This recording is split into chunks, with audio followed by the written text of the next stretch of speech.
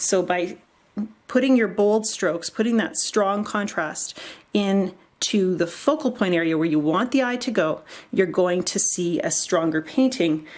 Hi, I'm Angela Fehr. My channel is all about loose and fluid watercolor techniques and encouragement for you to trust the process so that you can paint from the heart and become your own favorite artist. Choosing a simple landscape subject in watercolor gives you the opportunity to really get creative with your shapes, your colors, your textures and lines.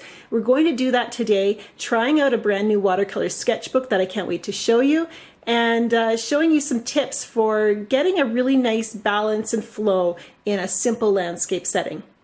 Before we start, go ahead and click on the subscribe button. That'll make it easier for you to find this video should you want to do it again. And I find I always paint something better if I do it repeatedly and get a little confidence and creativity happening. So I've been working on a landscape course all week, painting landscape scenes, and well, not just all week, it's been longer than that. And I'm really getting excited about what I'm learning. When you're immersed in a single subject, it's amazing what develops as you start to gain familiarity with that subject and really start to feel inspired. So today I wanted to do a little landscape painting here on YouTube and just play with my Indigo Wiropad here, sketchbook style, and this reference photo of our trip to Ireland. I taught a workshop there last year, and just looking to develop the scene. Painting something for the first time means getting to know it. And when you're painting a landscape, there's a variety of ways you can go about it. One thing I've learned is that there's never just one way to paint anything. And the more you attempt a subject, the more versions you do, the more possibilities emerge. So I'm just doing a light wash of my Cobalt Turquoise mixed with my Quin Violet. I didn't think I had a stormy blue for the sky, but by mixing those two colors, I was able to get that Cobalt Turquoise to get that stormier color just by adding that little bit of reddish violet. So as I've placed my sky, I've painted around my hills, and that's given me at the beginning of my scene the support for the strong positive shape of the hillside, and that's really your area of biggest contrast in the scene. With a landscape, you can work by building up your first layer with just establishing shapes in a really pale first wash and then building from light to dark. There are times when I work from top to bottom. I'm using the light to dark method a little bit, but I'm also moving from sky down, and just missed that whole corner right there. And then there are times when I will choose a focal point and I will work from my focal point outward. And that's a really good way to avoid overworking. So today I started at the top, and then I'm actually going to move down below here. And I'm going to try to do as much as I can in one layer as possible. And when you're painting in one layer, you have to plan for how are things going to run together, and are your colors really going to run? And when I'm using Core watercolor, I know Core is a paint with a high dispersion. It really has this push. So when you have one color touching another color, I'll show you, it just kind of whooshes out just like that. And so knowing that means I need to be kind of restrained in how much water I use. Using less water will minimize that kind of pushy flow. And I'm using a kind of a violet for my hill, and you might be seeing it as a different color. One thing I like to do is really kind of use my imagination to some degree when I'm working with my reference photos. So if I'm seeing a hint of violet in the landscape, I might just exaggerate it to provide emphasis in that area and to help my painting be more dynamic. Now, one reason I chose some of these colors is I was looking for colors that have a granulating quality, and the cobalt green really does. I'm seeing some beautiful texture happening here, and that's actually also the reason that I chose to use the indigo paper today, because this handmade paper has a texture that really encourages the granulation. And so I've got kind of two opportunities to see that texture start to happen. Right now, it actually is kind of establishing as this nice quiet first layer where everything is really soft and bleeding together. And I think that's going to give me a really nice foundation for the rest of the painting. I have hills in front of other hills, so this largest hill is in the front. It's blocking our view of the items behind it, and I think sometimes we think that's fairly straightforward, and yet when we try to paint it, we want to maybe paint this hill, and then we want to continue that line, and then we want to paint this hill in front of it, and next thing you know, you have a bunch of lines that you have to cover. And so we don't want to do that. We really want to think about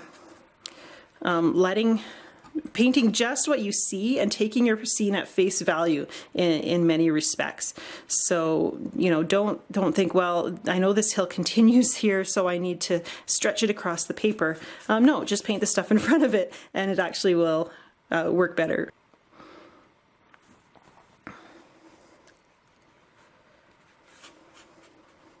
So I'm really liking the cobalt green because it has that granulation, and every time I mix it with another color, mixing it with the Quin Violet gives me this kind of beautiful gray green. Actually there it's really a gray. And then mixing it with the Naples yellow, I'm going to get this murky yellow green. And each time I mix that cobalt green, I get that beautiful, beautiful texture. I'm going to zoom in so you can see it. So yeah, just look how pretty that is. And the paper, the texture of the paper really encourages it as well. And I'm kind of just pausing right now. My brush isn't moving, and that's because I'm really trying to be present in the scene. The reference photo isn't the most stunning picture I could have chosen. It's really got a lot of quiet space. I know when I took the photo, I was seeing things that I'm not seeing in the photo itself. And so I need to pause and be present in the image to start to see, you know, where my brush should go and what's happening in the painting. What do I want to accentuate? What do I want to minimize? And where's my focal point? And how do I get this to work to be a dynamic scene? And so I could have a couple of goals here. I could focus on painting these hills and getting them really strong and dominant, or I could think about my foreground where I've got this lovely kind of curve. It's not really a valley, I don't know what you call it, but there's this beautiful passage of the landscape. And so, you know, how do I paint that? And so I have some options here. Again, there's more than one way to paint something, so I might choose to make the hills my focal point in one variation and then try it again and see if I can't make the landscape more dominant. And in this case, I'm really liking actually the foreground, and I want to focus on that a little bit. So that's one reason I've kept my hills fairly pale so far. I can build up my darks later on, but I don't have to commit yet. There's lots of time for that. And we tend to want to just rush in and start painting because we want to know what it's going to look like when it's finished. And so we often tend to rush in and start adding detail far before we need to. And so I'm trying to slow down and not paint with an excess of urgency, but just to pause and kind of be present in the painting.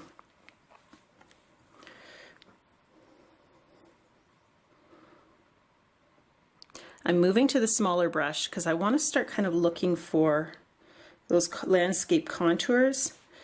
And this brush, I have the opportunity to do dry brush and pull it across the paper, and I can also create fine lines. I have multiple options, and so it's a really great brush to kind of use when you're wanting to create some texture. Oh, that's really nice. Okay, so I'm going to throw down some of the Naples yellow over in this part of the painting. And one word about foregrounds is that they don't need to have all the detail that you see. The foreground in a photograph is always the most detailed part of your photograph because it is the items that are nearest to the camera. And so we have this tendency to want to paint exactly what we see. And when we have all that detail down at the bottom of the painting, our eye never really makes the transition up higher into the scene. And so we want to simplify. I'm leaving my corners, actually, I'm going to leave them white, and that's going to help as well push the eye into the scene a little bit more. And I'm going to put a dot of, what was this, burnt sienna? right at the back here, and that's going to indicate, I think, a passage of hill. And it's also going to be this patch of warmth that's going to pull the viewer into the painting. Look at how your eye goes straight there. There are, as always, links to the products I'm using in the description below the video. Today I am working with Core watercolors, and because I'm left-handed, all the tubes are upside down. I have here Cobalt Turquoise, Cobalt Green, Quinacridone Violet, Naples Yellow, Raw Sienna, and Burnt Sienna. And choosing colors can be a challenge for painting.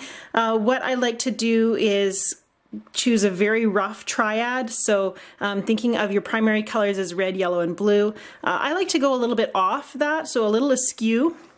So instead of a blue, I'm using a turquoise, leaning towards green. Instead of, you know, a bright yellow, I'm using earthy yellows. And instead of a red, I'm using a bit of a reddish violet. And all of my colors work off of that. The other thing I chose was 3 different earth tones here, and the cobalt green is a really earthy color as well. So we're going to take a look at how those work in the painting.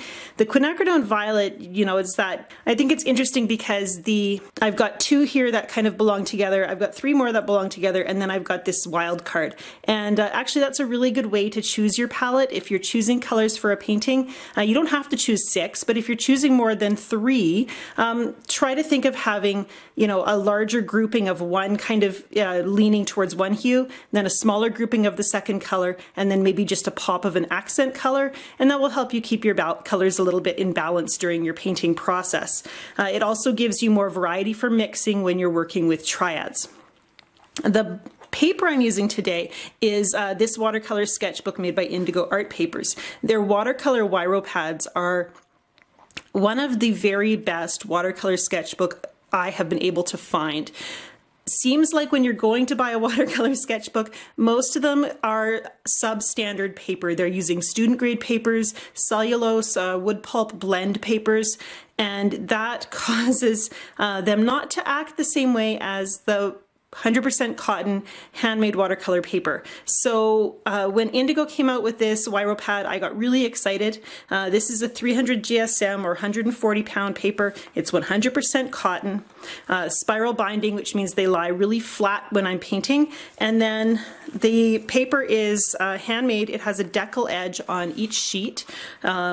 Aside from, of course, the bound edge. And then in between each piece of paper is this little slip sheet, which I think is just marvelous. This sketchbook has a really premium feel, and I'm not getting paid to recommend it. I paid my own money for this sketchbook. I just love it. It's really nice to be able to transition seamlessly between artist grade paper that I use in the studio and my plein air sketchbook, and know that I don't have to change my working method to adapt to substandard paper.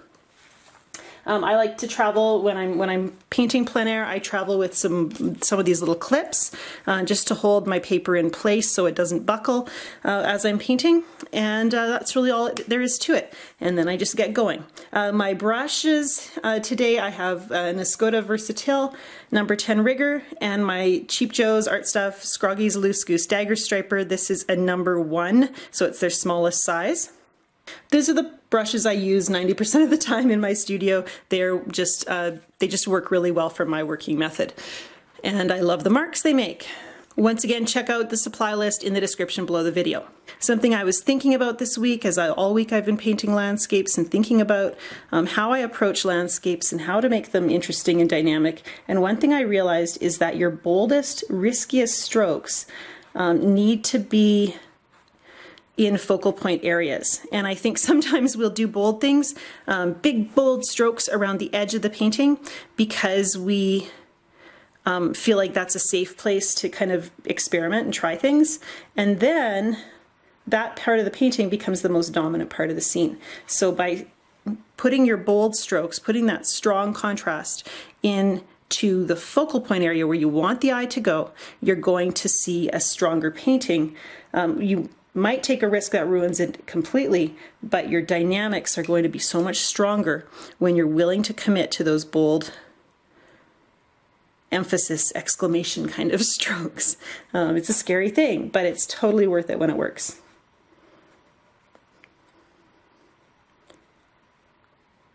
So there are lines, like there's these contours coming down from the hill, and that's one of the reasons I took this photograph.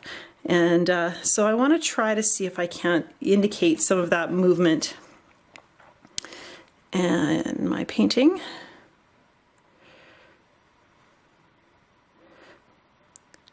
Giving that layered feel, the distances in the scene. As I've been painting, I'm using fresh pigment today, and the colors you can see, they start to mix on the paper, on the palette. It gives me some really nice neutrals. That might be dry enough for me to put a little bit of line there. I want to indicate that hill a little bit more strongly.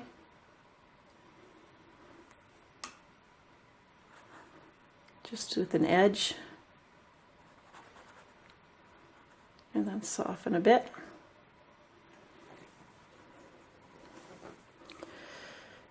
And then if in the very background there's one more hill here. It has a little bit more of a point to it. So we'll put that in as well.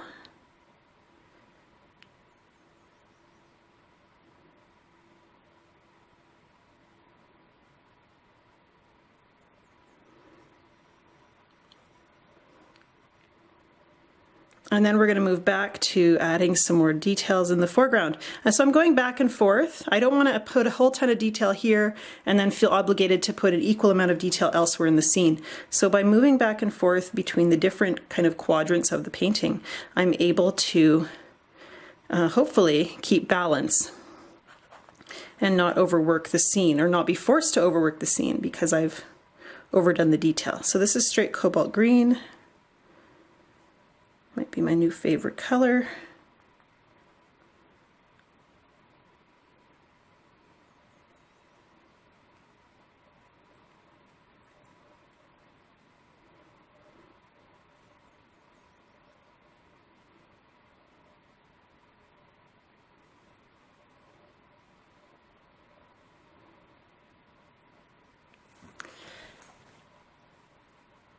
Oh, I don't think I want to do too much more. Things are quite pretty here, and that's the goal. Having a scene that looks compelling and has a bit of the flavor of the original reference or my memory of the original scene. One reason that I paint places I've been to is so that I can strive for that authenticity, that sense of having been there and experienced it.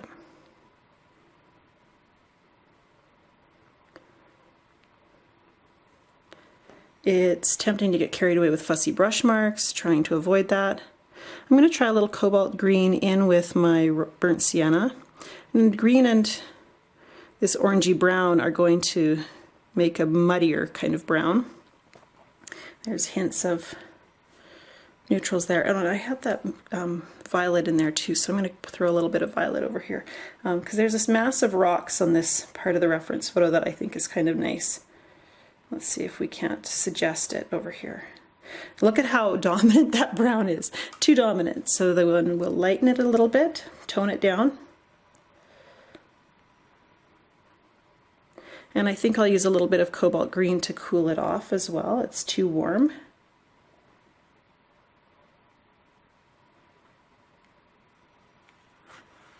Still dominant. And a little bit of dragging with the brush to soften and blend it. So I just chickened out right over there. And that's okay, because I can go back to it and build up and try again.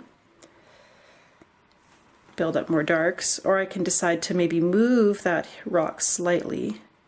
I think if I move it to here, just over a bit to the left, I think I'll get a better balance.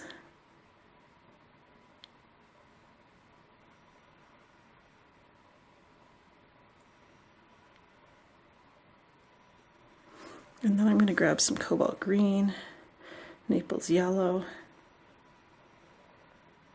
put some grasses in.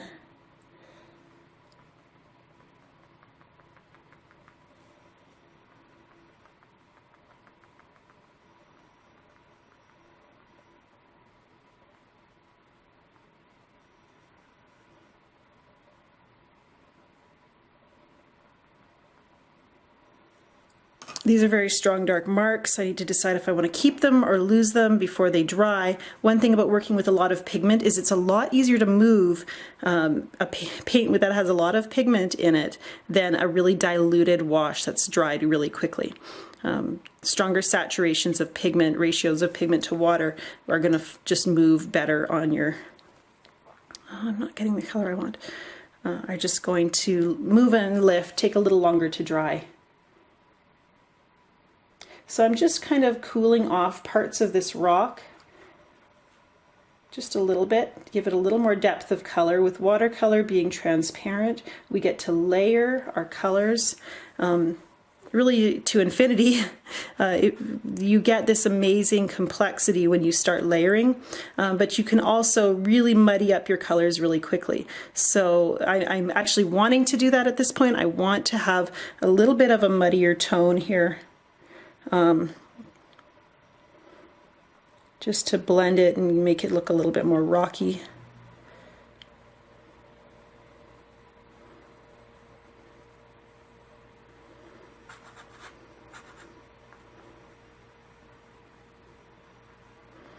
But even so, I'm layering with the original colors. I'm not switching to some new color to make things darker. Instead, I'm building up layers of the colors I started with.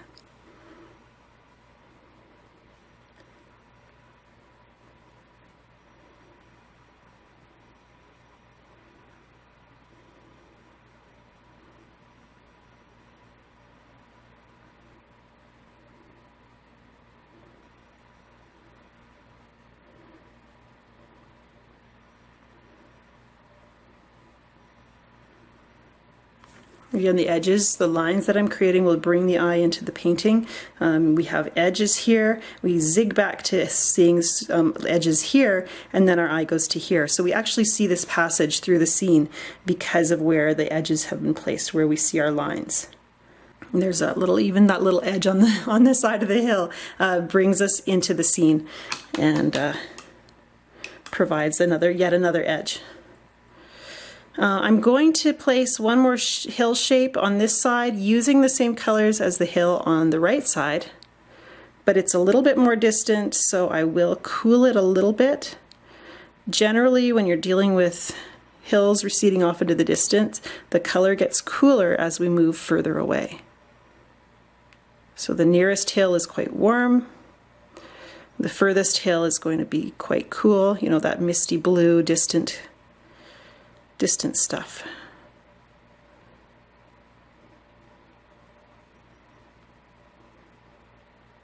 My goal was to paint this in one layer, and I'm getting to that place. Part of being able to paint something in one layer is taking your time enough that parts of the scene starts to dry while other parts are still waiting for detail. And so that gives you that time and ability to go back over an area and moving back and forth between those elements. I'm just putting in a little bit more line, and those finishing details are all about looking for places to put those exclamation marks of color or line or edges. And a single little pop of an edge can make a huge difference in your painting. Placed in the wrong place, of course, it'll distract, it'll bring the eye to somewhere you don't want them to go. But in the right place, you're going to see that strong contrast that helps the viewer know what to look at and what they're supposed to look at and focus on. I'm still kind of committed to that rock that's over on the side, and actually that worked really good. Adding a little bit of straight up Quin Violet to create that rock. We're going to hint at the same color over on this side to create balance, even though there's no rock in the reference photo on that side. But even just that little hint here and there will give us the balance that we need. Back and forth. And, you know, just going back and forth, putting in those exclamation marks, maybe a little bit more to line here where the Naples yellow went and softened into the first layer wash. We can put just a few little grassy marks to indicate, to tell the viewer that they're looking at this clump of grasses. Maybe a little bit of turquoise in there as well.